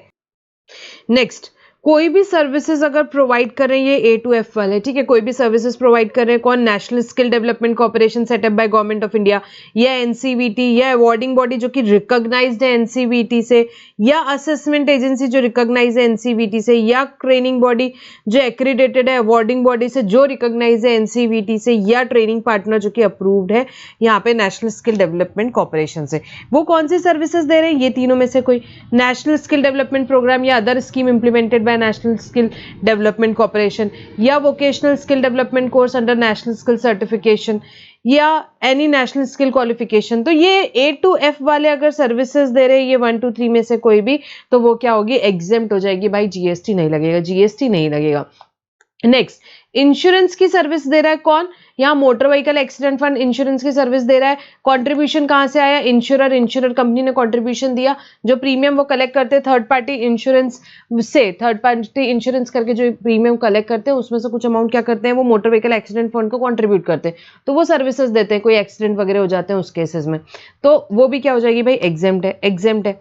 उसके बाद एक्वायरिंग बैंक कोई सर्विस दे रहा है, किसमें सेटलमेंट हो रहा है अमाउंट एक सिंगल ट्रांजैक्शन का up to 2000, settlement amount up to 2000 है, तो एक्वायरिंग बैंक जो भी यहाँ पे सर्विसेज दे रहा है किसी भी पर्सन को जो सेटल कर रहा है amount up to 2000 in a single transaction through credit card debit card जो भी, तो उस केस में वो भी एग्जेम्प्ट है, वो भी एग्जेम्प्ट है, ठीक है। इसमें क्या क्लैरिफिकेशन है, जो पीए है यहाँ पे पेमेंट एग्रीगेटर्स हैं वो भी एक्वायरिंग बैंक की डेफिनेशन में आएंगे, वो भी एक्वायरिंग बैंक की डेफिनेशन में आएंगे, और इसीलिए एग्जेम्पशन मिल जाएगा पेमेंट एग्रीगेटर्स को भी। बट किस चीज के लिए मिलेगा उनको, यहाँ पे जो अमाउंट सेटल किया up to 2000 in a single transaction, उसमें पेमेंट एग्रीगेटर्स को भी एग्जेम्पशन मिल जाएगा। खाली पेमेंट सेटलमेंट फंक्शन के लिए एग्जेम्पशन है, पेमेंट गेटवे सर्विसेज के लिए नहीं, पेमेंट गेटवे सर्विसेज के लिए नहीं, ठीक है। तो ये जो पेमेंट एग्रीगेटर्स हैं इन्हें भी क्या बोल दिया जाएगा, ये एक्वायरिंग बैंक की डेफिनेशन में आएंगे। तो 2000 रुपए तक के अमाउंट जो भी सेटलमेंट करते हैं वो क्या हो जाएगा, एग्जेम्प्ट हो जाएगा, एग्जेम्प्ट हो जाएगा, ठीक है। उसके बाद सर्विसेज कौन दे रहे हैं यहाँ पे, इन चार में से कोई सर्विस दे रहे हैं जो भी रिकॉग्नाइज्ड है गवर्नमेंट ऑफ इंडिया से, या other regulator appointed for regulation of IFSC, या कोई person resident outside India under FEMA, या person registered under IRDA guidelines और आईएफएससी इंश्योरेंस ऑफिस, या who is permitted by SEBI under SEBI guidelines. ये service दे रहा है किसको, जो कस्टमर लोकेटेड आउटसाइड इंडिया है उसको, किस चीज के लिए, for currency other than Indian rupees, तो वो एग्जेम्प्ट हो जाएगा, वो एग्जेम्प्ट हो जाएगा, ठीक है। तो ये सब क्या हुई, एग्जेम्पशन की एंट्रीज हमने देखी। नेक्स्ट यहाँ पे दो सर्विसेज है बेटा, समरी बुक में नहीं है, अपन यहाँ पे मेन बुक से पढ़ेंगे, ठीक है। क्या बात है, सर्विस प्रोवाइडेड टू गवर्नमेंट कौन सी, एंट्री नंबर 3 और 3 है, दो एंट्रीज पढ़ेंगे अपन। सो प्योर सर्विसेज, एंट्री 3 में क्या पढ़ा था अपने, प्योर सर्विसेज टू गवर्नमेंट है, मतलब excluding work contract, work contract नहीं है इसमें, कोई और कॉम्पोजिट सप्लाई नहीं है जिसमें गुड्स का इन्वॉल्वमेंट है, प्योर सर्विस की बात हो रही है। प्योर सर्विस हमने किसको दी, गवर्नमेंट को, चाहे सेंट्रल गवर्नमेंट, चाहे स्टेट गवर्नमेंट, चाहे यूनियन टेरिटरी, चाहे लोकल अथॉरिटी, किसी को भी प्योर सर्विसेज दी। किस चीज के लिए दी हमने, यहाँ पे इन रिलेशन टू फंक्शन जो कि इंटरेस्ट किया गया पंचायत को, पंचायत को किसमें, अंडर आर्टिकल 243 जी, अंडर आर्टिकल 243 जी। तो आपने सर्विस दी गवर्नमेंट को किस चीज के लिए, उन्हें कोई एक्टिविटी यहाँ पे करनी है जो पंचायत को इंटरेस्ट किया हुआ है, पंचायत को इंटरेस्ट किया हुआ under constitution 243 G of the constitution, या कोई फंक्शन जो इंटरेस्ट किया हुआ म्यूनसिपैलिटी को under 243 W of the constitution, तो वो सर्विसेज जो आप दे रहे हो गवर्नमेंट को वो एग्जेम्प्ट हो जाएगी। इन शॉर्ट प्योर सर्विसेज आप गवर्नमेंट को दे रहे हो, किस लिए दे रहे हो, वो उससे क्या कर रहे हैं, कुछ फंक्शंस परफॉर्म कर रहे हैं जो पंचायत को इंटरेस्ट किया हुआ है 243 जी ऑफ द कॉन्स्टिट्यूशन में, या म्यूनसिपैलिटी को इंटरेस्ट किया हुआ है 243 डब्ल्यू ऑफ द कॉन्स्टिट्यूशन में, तो वो एग्जेम्प्ट हो जाएगी जीएसटी से, एग्जेम्प्ट हो जाएगी जीएसटी से। Second, composite supply, composite supply of goods और सर्विसेज। यहाँ पे क्या बता रही है, आपने कॉम्पोजिट सप्लाई दी गुड्स या सर्विसेज की गवर्नमेंट को, जिसमें value of supply of goods क्या है, नॉट मोर देन 25% है। गुड्स का वैल्यू यहाँ पे 25% से ज्यादा नहीं है, 25% तक चलेगा गुड्स का वैल्यू, ठीक है। और आपने वो सर्विस कॉम्पोजिट सप्लाई किसको दी, गवर्नमेंट को दी, चाहे सेंट्रल स्टेट गवर्नमेंट या आपने यूनियन टेरिटरी लोकल अथॉरिटी को दी। किस चीज के लिए, वो कोई एक्टिविटी कर रहे हैं जो इंटरेस्ट की है पंचायत को अंडर 243 जी या म्यूनसिपैलिटी को अंडर 243 डब्ल्यू, ठीक है। तो इसका 3A का कभी कभार एडजस्टमेंट एग्जाम में आ जाता है कि वहां पे आपको सर्विस दे देंगे कि भाई 1 लाख रुपए की सर्विस आपने गवर्नमेंट को दी, गुड्स का वैल्यू उसमें 20,000 रुपए का था, तो उस केस में भाई यहाँ पे क्या हो जाएगा, यहाँ पे एग्जेम्प्ट हो जाएगा, प्रोवाइडेड वो किस चीज के लिए, function interested to panchayat under this article और to municipality under this article है, तो ठीक है। तो ये एंट्री 3 और 3A ये अपन ने एक बार मेन बुक से देखी। सो अब वापस आएंगे अपन यहाँ पे क्लैरिफिकेशंस बचे, ठीक है। एंट्रीज तो अपनी होगी, सिंपल सिंपल क्लैरिफिकेशन है, एक एक मिनट में अपन समझेंगे भाई एग्जामिशन लगेगा कि नहीं, वहाँ पे कई चीज़ों पे ये बात है। सो सबसे पहले क्लैरिफिकेशन आया GST applicability of supply of food in anganwadi and school. भाई जो आंगनवाड़ी है वो प्री स्कूल की डेफिनेशन में आता है, ठीक है। वो क्या है, प्री स्कूल है, एजुकेशनल इंस्टीट्यूट में जो प्री स्कूल बताया गया वो है। तो जब भी यहाँ पे प्री स्कूल को सर्विस देते हैं किस चीज़ की, यहाँ पे फूड की, यहाँ पे catering including mid day meals की, वो एग्जेम्प्ट है जीएसटी से, एग्जेम्प्ट है जीएसटी से, चाहे वो कौन करे भाई, यहाँ पे गवर्नमेंट करे या कॉर्पोरेट डोनेशन से आए। तो जो भी फूड यहाँ पे केटरिंग सर्विसेज दी जाती है, एजुकेशनल इंस्टीट्यूट जो कि क्या है प्री स्कूल हायर सेकेंडरी, वो एग्जेम्प्ट होता है जीएसटी से। तो आंगनवाड़ी प्री स्कूल में आता है, तो जो भी केटरिंग सर्विसेज यहाँ पे फूड जो सप्लाई किया जा रहा है क्या यहाँ पे आंगनवाड़ी को, वो एग्जेम्प्ट हो जाएगा जीएसटी से। सो आंगनवाड़ी जो रहेगा यहाँ पे उसमें जो फूड सप्लाई कर रहे हैं वो एग्जेम्प्ट है जीएसटी से। सेकेंड क्लैरिफिकेशन अगेन किस पे आई, एजुकेशनल इंस्टीट्यूट पे। जो सेंट्रल और स्टेट बोर्ड है, सेंट्रल और स्टेट बोर्ड को इन्होंने क्या बोला कि इसको एजुकेशनल इंस्टीट्यूट ट्रीट करो, किस चीज़ के लिए, फॉर लिमिटेड पर्पस की वो कंडक्ट कर रहे हैं एग्जामिनेशन वगैरह उसके लिए। सो हमने देखा जब भी कोई एजुकेशनल इंस्टीट्यूट यहाँ पे कंडक्ट करता है एग्जामिनेशन, उसके लिए एंट्रेंस फीस वगैरह लेता है तो वो एग्जाम रहता है। ये देखो एजुकेशनल इंस्टीट्यूट में अपन ने देखा था,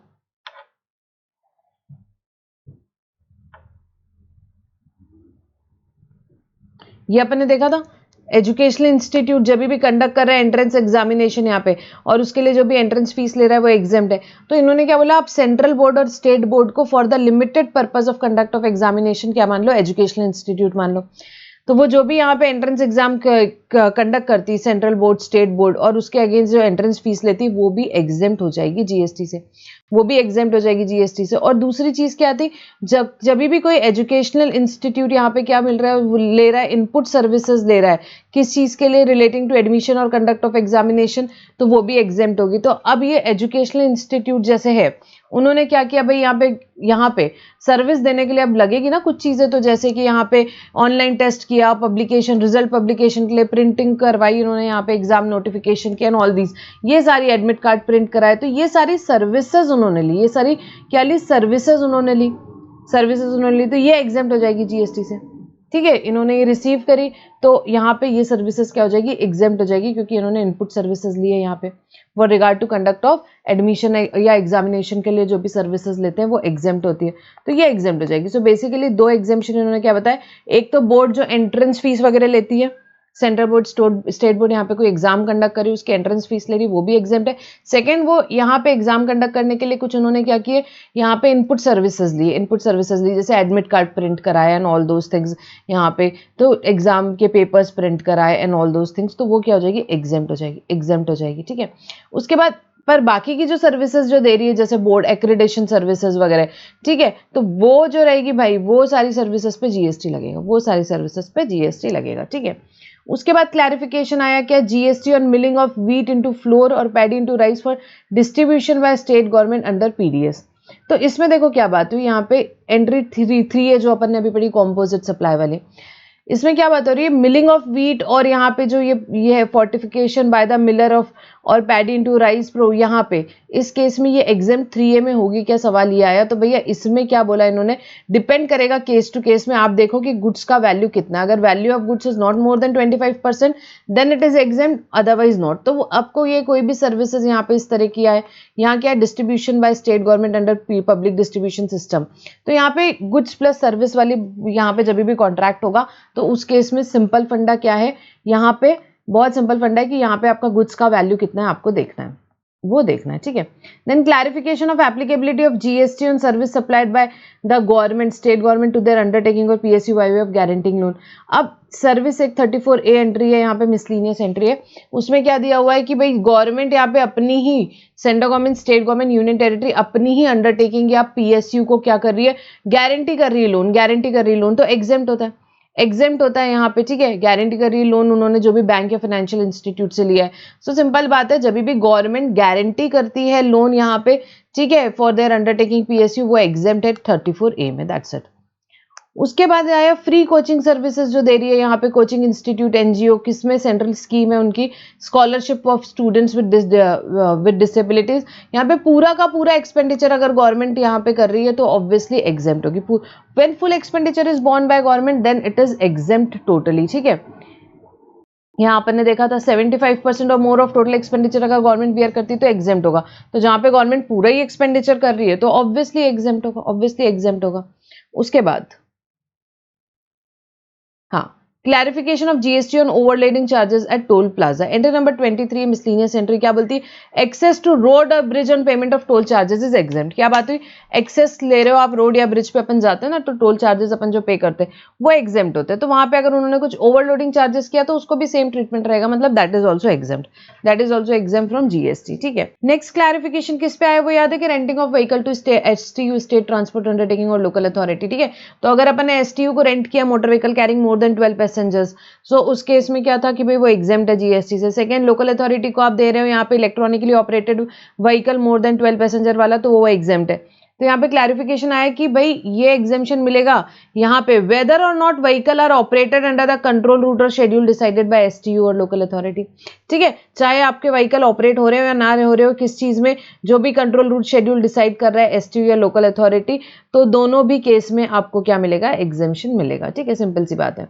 नेक्स्ट क्लैरिफिकेशन किस पे आया? On fees charge for entrance और fees charge for issuance of eligibility certificate और issuance of migration certificate by educational institute. अब अपन ने पढ़ा था एजुकेशनल इंस्टीट्यूट जो भी सर्विसेज देते हैं अपने एसएफएस को, स्टूडेंट फैकल्टी स्टाफ को, वो एग्जेम्प्ट होती है, एग्जेम्प्ट होती है। अब सवाल क्या आया, देखो गवर्नमेंट कैसी बातें करती है। उन्होंने बोला कि भाई एलिजिबिलिटी सर्टिफिकेट तो आप किसको दोगे? यहाँ जो आपके स्टूडेंट आने वाले। माइग्रेशन सर्टिफिकेट किसको दोगे? एक्स स्टूडेंट को देंगे, तो वो स्टूडेंट थोड़ी ना हुए। तो फिर गवर्नमेंट ने क्लियर किया भैया डिपार्टमेंट को कि नहीं, ऐसा कुछ नहीं है। चाहे आप माइग्रेशन सर्टिफिकेट इशू करो, एलिजिबिलिटी सर्टिफिकेट इशू करो, स्टूडेंट ही है, चाहे प्रोस्पेक्टिव स्टूडेंट हो चाहे एक्स स्टूडेंट हो, स्टूडेंट ही है। तो यहाँ पे ये सारी चीजें, ये सर्विसेज वो अपने स्टूडेंट को दे रहे हैं, तो इसके जो चार्जेस होंगे एग्जेम्प्ट होंगे जीएसटी से।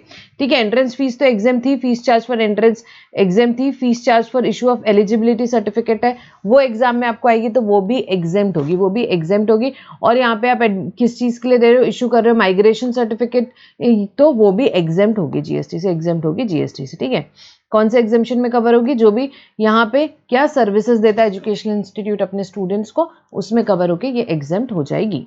उसके बाद exemption available to educational institute and central and state educational board for conduct of entrance examination extended to any authority board set up by government including national testing agency for conduct of examination for admission to educational institute. अपन ने देखा educational institute को, central state और state boards को क्या conduct of entrance examination से related जो भी सर्विसेज जो वो दे रहे हैं वो एग्जेम्प्ट थी। तो वहां पे उन्होंने किसको ले लिया? और कोई अथॉरिटी या बोर्ड जो सेटअप हो रहा है यहाँ पे, ठीक है, इंक्लूडिंग नेशनल टेस्टिंग एजेंसी को भी क्या माना? यहाँ पे एजुकेशनल इंस्टीट्यूट माना for limited purpose of providing service by way of conduct of entrance examination. तो यहाँ पे जो सर्विसेज दे रही है नेशनल टेस्टिंग एजेंसी, किस चीज के लिए? कंडक्ट ऑफ एग्जामिनेशन के लिए, और उसके लिए वो यहाँ पे क्या ले रही है? कोई एंट्रेंस फीस ले रही है, तो वो भी एग्जेम्प्ट रहेगा, वो भी एग्जेम्प्ट रहेगा, उनको एजुकेशनल इंस्टीट्यूट माना है। Next clarification, applicability of GST on transportation of empty containers returning from Nepal and Bhutan after delivery of transit cargo to India. ठीक है, सो जो भी मूवमेंट ऑफ एम्प्टी कंटेनर्स है नेपाल से भूटान से आफ्टर डिलीवरी ऑफ गुड्स, वो क्या सर्विस है? Transit cargo to Nepal and Bhutan की रहेगी और वो एग्जेम्प्ट रहेगी। ठीक है, नेपाल और भूटान में यहाँ पे जो भी ट्रांजिट कार्गोज होते हैं वो एग्जेम्प्ट होते हैं, मिसलिनियस एंट्री है। सो यहाँ पे अगर कोई एम्प्टी कंटेनर भी आ रहा है, वहाँ पे एम्प्टी कंटेनर भी आ रहा है, तो वो भी ट्रांजिट कार्गो में आकर के एग्जेम्प्ट हो जाएगा। ठीक है, एक बार तो कंटेनर यहाँ पे फुल होके जाएगा, एक बार एम्प्टी आएगा, सो वो एग्जेम्प्ट हो जाएगा। क्या चीज़ है यहाँ पे? Transit cargo to Nepal and Bhutan, अगर कोई भी चीज़ आती है तो वो एग्जेम्प्ट हो जाएगी। ठीक है, next clarification on GST on transport of minerals for mineral pit head to railway sidings beneficiary plant by vehicle deployed with a driver specific duration of time for specific duration of time। ठीक है, तो ये क्या बात है? Renting of truck कर रहे हो आप यहाँ पे with driver for a period of time, ये क्या है? Service of renting of transport vehicle with operator and not service of transportation of goods by road. ये transportation of goods by road नहीं है, ये क्या कर रहे हो आप? व्हीकल दे रहे हो विद ड्राइवर, व्हीकल दे रहे हो यहाँ पे with operator, so it is renting of transport vehicle with operator. जो भी आप किसको दे रहे हो कि भाई मिनरल आप क्या कर सकते हो, क्या कर सकते हो, अपनी जगह से रेलवे साइडिंग्स तक के लेके जा रहे हो, तो आपने क्या दिया? आपने व्हीकल दिया with driver, so it is what? Renting of transport vehicle with operator. और इसको आप नहीं बोल सकते क्या? Service of transportation of goods by road, transportation of goods by road हमने देखा था एग्जेम्प्ट है, सो ये एग्जेम्प्ट नहीं होगी, ये एंट्री, ये चीज एग्जेम्प्ट नहीं होगी, ठीक है। नेक्स्ट लोकेशन चार्जेस और पीएलसी, ठीक है। लोकेशन चार्जेस हो या प्रेफरेंशियल लोकेशन चार्जेस हो, जो किस चीज में होते हैं, in addition to lease premium होते हैं for long term lease of land, तो उसको अपफ्रंट अमाउंट जैसे ही मानना है और उसको सेम ट्रीटमेंट देना है अपफ्रंट अमाउंट जैसे, मतलब एग्जेम्प्ट रहेंगे जीएसटी से। सेकेंड, यहाँ पे गेस्ट एंकर्स के केस में अगर हम बात करेंगे, सो गेस्ट एंकर्स जो टीवी पे गेस्ट एंकर्स वगैरह आते हैं, तो उनके केस में जीएसटी एप्लीकेबिलिटी कैसी रहेगी? तो सिंपल सी बात है भैया, उनका टर्नओवर देखो, उनका टर्नओवर 10 लाख 20 लाख तक है तो एग्जेम्प्ट हो जाएंगे वो। रजिस्ट्रेशन से ज्यादा है तो उस केस में जीएसटी की एप्लीकेबिलिटी आएगी, obviously that will be liable to GST.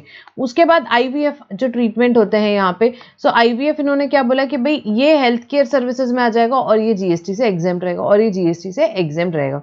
उसके बाद clarification regarding applicability of GST on private ferry use for passenger transportation. Passenger transportation में अपन ने एक सर्विस पढ़ी थी, याद है क्या, कि आप ट्रांसपोर्टेशन ऑफ पैसेंजर कर रहे हो पब्लिक ट्रांसपोर्ट से, यहाँ पे other than predominantly for tourism in a vessel, vessel में जब कर रहे हैं यहाँ पे between places located in India is exempt. अब क्वेश्चन कहाँ पे आएगा? पब्लिक ट्रांसपोर्ट पे, कि भैया ये पब्लिक ट्रांसपोर्ट का मतलब क्या हुआ? तो गवर्नमेंट ने बोला कि भैया इसका मतलब ये क्लियर है कि क्या the transportation should be open for public. Public transportation का मतलब हमारा क्या है? Transportation should be open for public. हमारा ये बिल्कुल मतलब नहीं है कि ये क्या बोलते हैं, पब्लिक ट्रांसपोर्टेशन का मतलब हमारा ये नहीं कि फेरी जो ओन कर रही है वो पब्लिक पीएसयू कर रही है, ऐसा कुछ नहीं है। फेरी चाहे प्राइवेट सेक्टर ओन करे या पीएसयू करे, आपको बिल्कुल एग्जेम्पशन मिलेगा। बस बात क्या है कि ट्रांसपोर्टेशन पब्लिक के लिए ओपन रहना चाहिए। The ferry can be privately owned और पब्लिकली ओन्ड, ठीक है। तो आप क्या कर रहे हो? ट्रांसपोर्टेशन ऑफ पैसेंजर कर रहे हो अदर देन टूरिज्म के लिए in a vessel between places located in India, तो उस केस में एग्जेम्प्ट हो जाएगा। खाली यहाँ पे क्या कब एग्जेम्पशन नहीं मिलेगा? अगर टूरिज्म पर्पस के लिए तो एग्जेम्पशन नहीं मिलेगा, दैट्स इट। उसके बाद क्लैरिफिकेशन आया जीएसटी ऑन अकोमोडेशन सर्विसेज जो प्रोवाइड कर रहे हैं कौन? एयरफोर्स मेस और अदर सिमिलर मेस। तो जो भी सर्विसेज यहाँ पे गवर्नमेंट प्रोवाइड करती to any person other than business entity यहाँ पे, ठीक है, आर एग्जेम्प्ट फ्रॉम जीएसटी। तो ये जो जीएसटी अकोमोडेशन सर्विसेज प्रोवाइड कर रही है एयरफोर्स मेस वगैरह यहाँ पे अपने पर्सनल्स को, वो एग्जेम्प्ट हो जाएगा जीएसटी से। उसके बाद डीएमएफटी मतलब डिस्ट्रिक्ट मिनरल फाउंडेशन ट्रस्ट जो है, जो कि गवर्नमेंट ने सेटअप की, स्टेट गवर्नमेंट ने सेटअप की, वो क्या है? गवर्नमेंटल अथॉरिटी है। तो जो एग्जेम्पशन गवर्नमेंटल अथॉरिटी को अवेलेबल है वो किसको रहेंगे? DMFT district mineral foundation trust को भी एप्लीकेबल रहेंगे। उसके बाद supply of pure service and composite supply by way of horticulture work where value of goods constitute not more than 25% made to CPWD are exempt। तो अपन ने अभी पढ़ा जो एंट्री नंबर यहाँ पे 3 और 3A दोनों पढ़ी थी, तो उसमें जो भी एक प्योर सर्विसेज अगर आप दे रहे हो या कॉम्पोजिट सप्लाई दे रहे हो यहाँ पे हॉर्टिकल्चर वगैरह का, जिसमें value of goods is not more than 25%, किसको कर रहे हो आप? यहाँ पे CPWD को कर रहे हो, तो वो क्या हो जाएगी? एग्जेम्प्ट हो जाएगी 3 और 3A में। 3 में प्योर सर्विसेज थी, 3A में कॉम्पोजिट सप्लाई जिसमें गुड्स का वैल्यू नॉट मोर देन 25% था। And then last, clarification in respect of applicability of GST on management facility services provided to MCD Municipal Corporation of Delhi। तो अब यहाँ पे क्या बात हुई? आप सर्विस दे रहे हो किसकी? फैसिलिटी मैनेजमेंट सर्विसेज दे रहे हो एमसीडी को, like housekeeping and all those. So भाई ये सर्विसेज आप जो प्रोवाइड कर रहे हो वो उसके लिए नहीं आ रही है, किस चीज के लिए? जो इन रिलेशन टू जो यहाँ पे अपना जो कॉन्स्टिट्यूशन वाला था कि भाई इन रिलेशन टू पंचायत और म्यूनसिपैलिटी के उन फंक्शन जो इंटरेस्ट किए कॉन्स्टिट्यूशन, उससे रिलेटेड नहीं है। हाउसकीपिंग वगैरह की सर्विस है तो इस केस में जीएसटी लगेगा। So it is clarified GST is applicable on service provided bye facility management agency जो एमसीडी को सर्विसेज प्रोवाइड कर रही है, उस पे जीएसटी लगेगा, वो कवर नहीं होंगी 3A में, वो कवर नहीं होंगी 3A में, ठीक है। आएगा समझ में? तो ये अपन ने क्या किया भाई, बहुत सारे क्लैरिफिकेशन थे, बट अब फटाफट क्विकली देखा, अपने को बस इतना ही याद रखना है कि क्या एग्जेम्प्ट है क्या नहीं है। Again as I have told you, जो सेक्टर्स हैं वो ज़्यादा इंपॉर्टेंट है और अपन ने सारे इंपॉर्टेंट सेक्टर्स यहाँ पे कवर किए हैं। इसके अलावा आप देखोगे YouTube में आपको एक वीडियो मिल जाएगा जिसमें कि एडवांस्ड क्वेश्चन है एग्जामिनेशन चैप्टर के, जिसमें पूरे मिक्स क्वेश्चंस जो हैं वो वहाँ पे दिए हुए हैं, ठीक है। तो अलग अलग एंट्रीज के जो एग्जामिनेशन के एडवांस क्वेश्चन करके एक वीडियो अवेलेबल है, आप वो एक बार जरूर रेफर करना। उसमें आपको सारे जो इंपॉर्टेंट क्वेश्चन है, एग्जाम में आए हुए क्वेश्चन है, आरटीपी एमटीपी के क्वेश्चन है, वो वहाँ पे कवर्ड है। सेकेंडली एक हेल्थ केयर पे भी वीडियो है, ठीक है, हेल्थ केयर का detail discussion along with question. तो ठीक है, यहाँ पे अपन ने डिस्कशन कर लिया है, क्वेश्चन प्रैक्टिस करनी तो आप वहाँ पे कर लो। मैं डिस्क्रिप्शन में डाल रही हूँ दोनों भी लिंक्स, यहाँ पे एडवांस क्वेश्चंस की भी और हेल्थ केयर के क्वेश्चंस की भी। एडवांस क्वेश्चन ज़रूर करना, उसमें सारे जैसे मैंने बताया क्वेश्चंस कवर्ड हैं यहाँ पे एग्जाम के, आरटीपी एमटीपी के, वो काफ़ी हेल्पफुल है, उसी तरीके के क्वेश्चंस एग्जाम में आते हैं, ठीक है। तो डिस्क्रिप्शन में आपको लिंक मिल जाएगा। एंड यहाँ पे हमारा एग्जामिनेशन चैप्टर का डिस्कशन कंप्लीट होता है। भाई वीडियो अच्छा लग रहा है तो लाइक करो, कमेंट करो, शेयर करो अपने फ्रेंड्स के साथ, उनके लिए भी हेल्पफुल रहेगा, ठीक है। तो यहाँ पे हमारा एग्जामिनेशंस का रिवीजन कंप्लीट होता है। बड़ा सिंपल सा चैप्टर है, क्या याद रखना है, क्या एग्जेम्प्ट है जीएसटी से, क्या एग्जेम्प्ट है, ठीक है। And will stop our discussion over here. Thank you for now.